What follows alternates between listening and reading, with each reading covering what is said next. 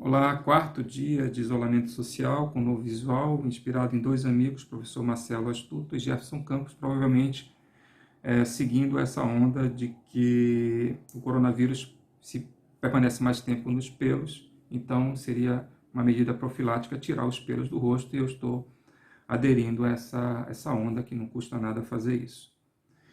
Bem, eu amanheci pensando em alguma outra coisa para falar, mas a edição da medida provisória 927 do governo federal, que no seu artigo 18 diz que o contrato de trabalho poderá ser suspenso pelo prazo de 4 meses, mandando o empregado fazer curso de qualificação profissional não presencial e podendo o patrão negociar com o indivíduo ou um grupo de trabalhadores o quanto é que ele pode pagar.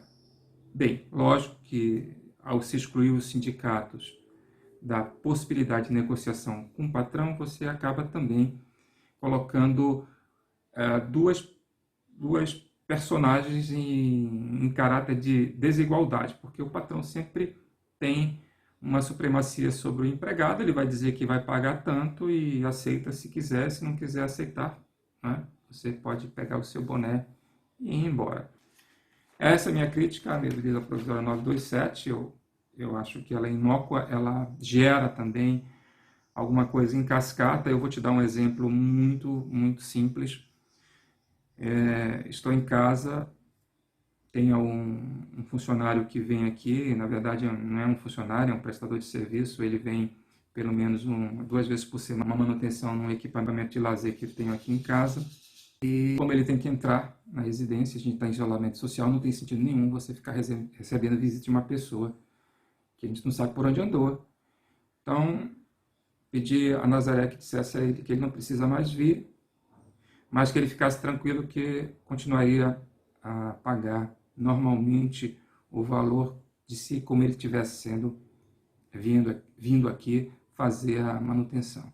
Então, essa é a responsabilidade social que nós devemos ter com um diarista, com qualquer outra pessoa que preste serviço, porque essas pessoas é que vão ter uma perda brutal de renda e talvez até fique sem renda. Nossa, aliás, há pouco eu vi um desabafo de uma conhecida no Facebook, dizendo que estava muito preocupada, ela trabalha com aquela decoração de unhas, praticamente sua clientela sumiu e ela está sem trabalho e não sabe como é que vai fazer para pagar as contas. Para não ficar só na crítica, eu tenho uma ideia, quando eu ouvi isso e vi essa aberração de suspensão de valores, que isso vai ter um efeito em cascata em toda a cadeia produtiva, uma quantidade de pessoas sem ter o que fazer, principalmente dentro da economia informal, que vão entrar em desespero e isso, se não for pensado com uma certa urgência, é o que vai acontecer.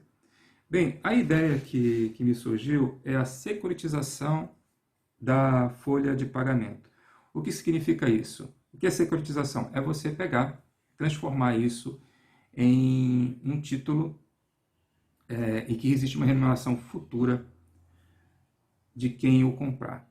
Então, digamos que uma empresa tem uma folha de pagamento que, lógico, ela é conhecida, você tem um número de funcionários, sabe exatamente qual é o valor que você tem para pagar de salários, e esse valor, a empresa pode vender esse valor, transformar isso em títulos. Lógico que o governo que vai fazer a inteligência disso, de como colocar isso dentro do mercado financeiro.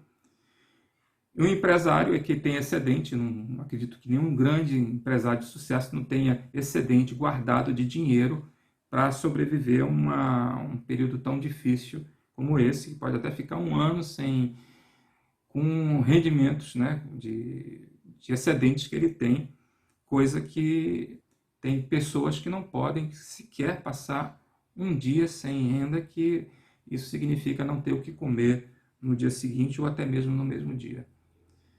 Então, qual seria a regra dessa securitização? 50% da folha de pagamento seria proveniente das próprias economias financeiras do empresário. Ele teria obrigatoriamente que jogar 50% da securitização da folha do pagamento com recurso próprio. E os outros 50% poderiam ser oferecidos no mercado financeiro. O que significa isso?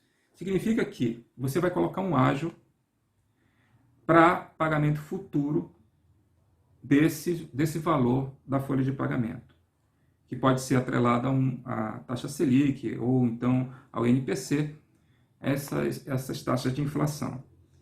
Para o investidor que está com dinheiro aplicado em outra modalidade, ou até mesmo gente que está com dinheiro no exterior, pode trazer esse valor para o Brasil e aplicar nesses títulos pelo período de 4 meses, né, podendo ser renovado automaticamente por mais 4 meses, chegando a 8 meses, que é justamente novembro, quando já estaremos saindo dessa crise humanitária.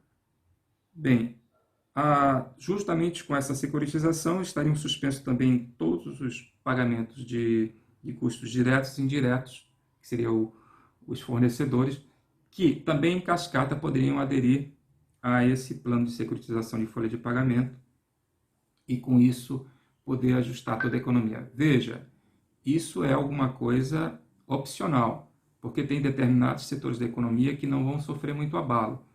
O setor de varejo, inclusive está aumentando, o varejo tem aumentado suas vendas nesse momento de crise.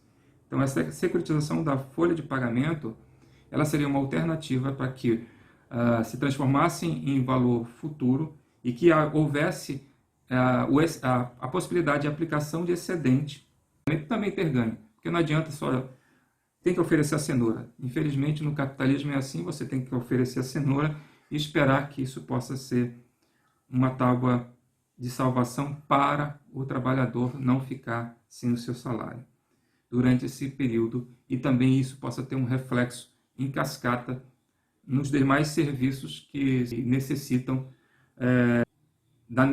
do salário do trabalhador para se manterem competitivos, se manterem abertos, né? Essa é a minha ideia. Se você tiver dúvida e quiser saber como é que isso pode funcionar melhor, pode mandar uma mensagem para mim e eu explico de forma mais didática. Eu estou tentando me antecipar, talvez eu escreva um texto a respeito disso, mas talvez a saída para que se possa sair dessa crise sem abalar a renda do trabalhador seria a securitização da folha de pagamento das empresas, principalmente aquelas que vão ser mais seriamente afetadas pela crise do coronavírus. Tá? Então essa é a minha contribuição. Mais tarde vou passar um outro vídeo assim, falando das coisas mais rotineiras de uma vida de quem está em isolamento social.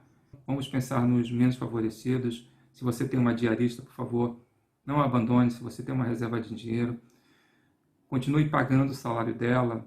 Essas pessoas agora vão precisar da nossa solidariedade e precisamos estar atentas a elas. No mais, um grande abraço, bom início de semana e mais uma vez, fiquem em casa e que Deus nos abençoe.